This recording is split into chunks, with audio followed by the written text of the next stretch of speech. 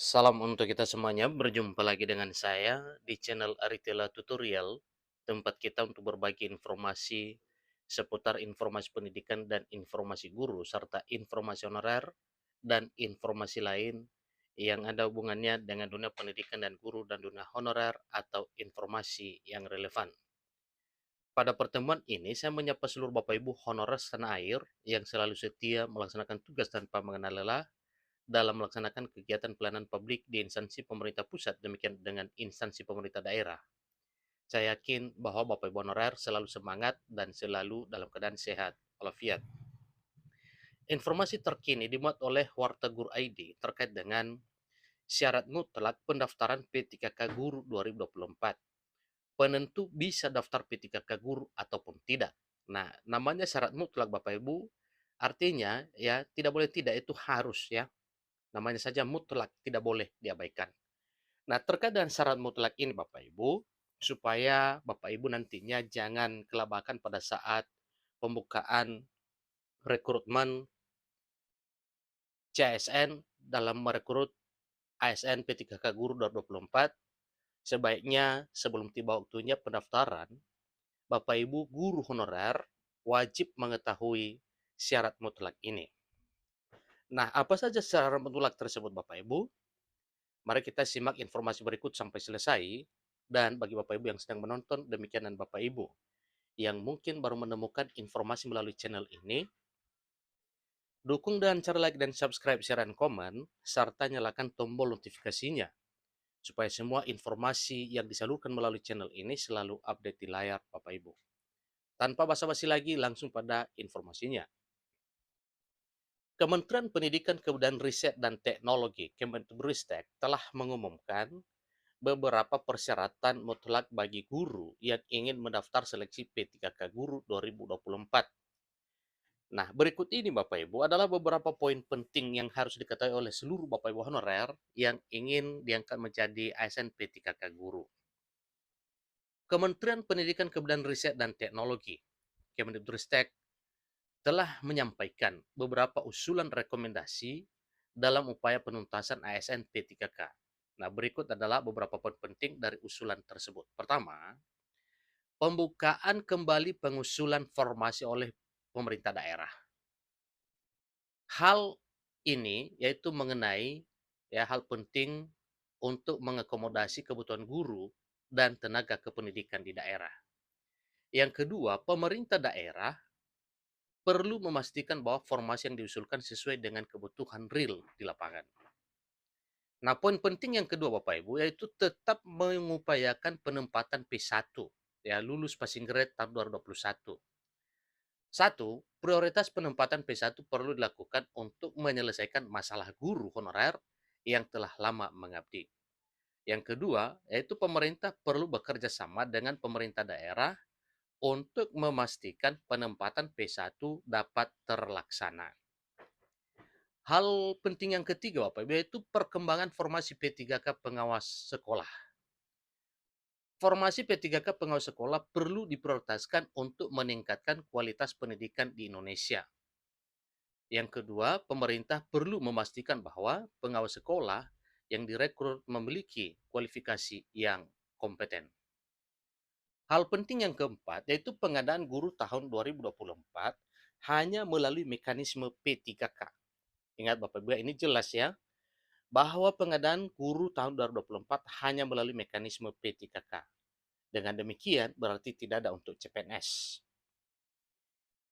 Pertama, yaitu hal ini bertujuan untuk mewujudkan ASN yang profesional dan berdaya saing.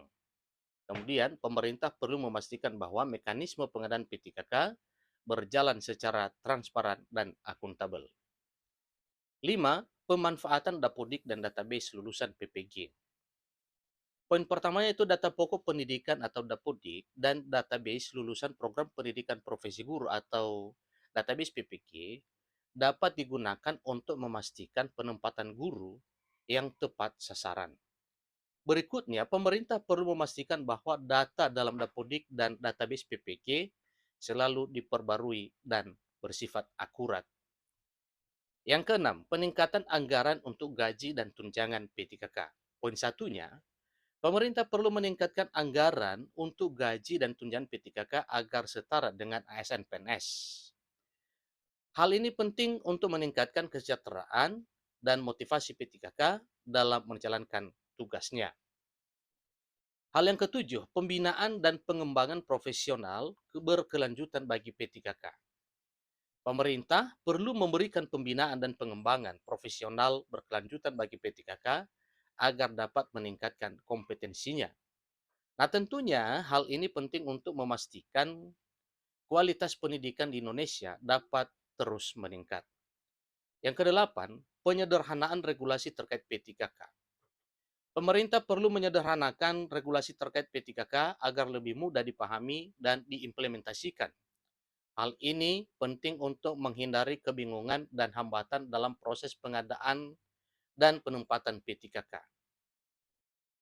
Yang kesembilan yaitu sosialisasi dan edukasi kepada masyarakat. Pemerintah perlu melakukan sosialisasi dan edukasi kepada masyarakat tentang P3K. Hal ini penting untuk meningkatkan pemahaman masyarakat tentang P3K dan mendorong partisipasi masyarakat dalam prosesnya. Seterusnya adalah beberapa poin penting sebagai syarat mutlak. Nah, ini dia Bapak Ibu ya, syarat mutlak ini yang wajib ya, tidak boleh diabaikan. Yang pertama, terdaftar di Dapodik dan lulus PPG. Guru honorer yang terdaftar di Data Pokok Pendidikan atau Dapodik dan memiliki sertifikat pendidik atau Sardik yang diperoleh melalui pendidikan profesi guru atau PPG.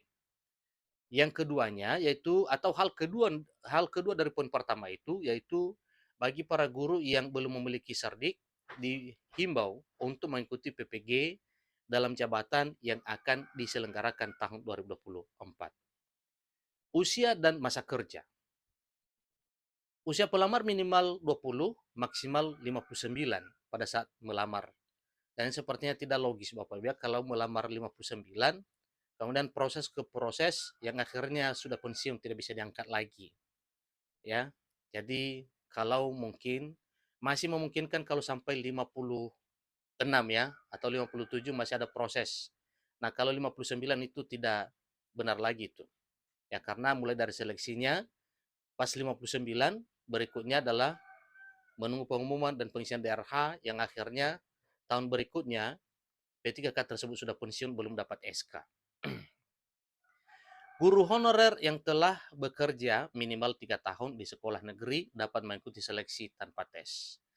Nah, inilah yang sangat menguntungkan Bapak Ibu ya. Guru honorer yang telah bekerja minimal 3 tahun di sekolah negeri dapat mengikuti seleksi tanpa tes. Ya, ini. Kemudian, guru honorer di sekolah swasta.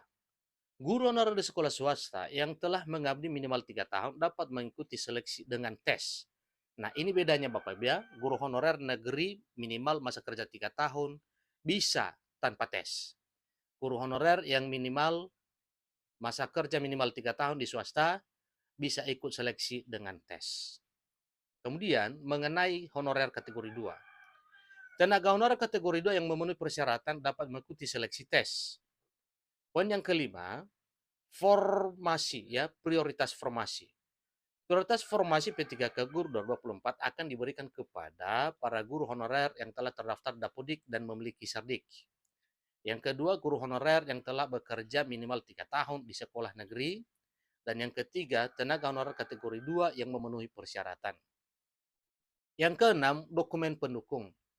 Pelamar harus menyiapkan dokumen pendukung seperti ijazah, transkrip nilai, sertifikat pendidik, surat keterangan sehat, dan lainnya. Dan yang ketujuh, yaitu pengumuman resmi. Informasi lebih lengkap dan detail mengenai persyaratan dan mekanisme pendaftaran P3K Guru 2024 akan diumumkan secara resmi melalui website Kemdikbudristek dan BKN. Nah, itulah hal-hal penting Bapak Ibu yang perlu diketahui oleh Bapak Ibu honorer untuk pengadaan P3K Guru 2024. Demikian informasinya, sampai ketemu informasi berikutnya. Terima kasih.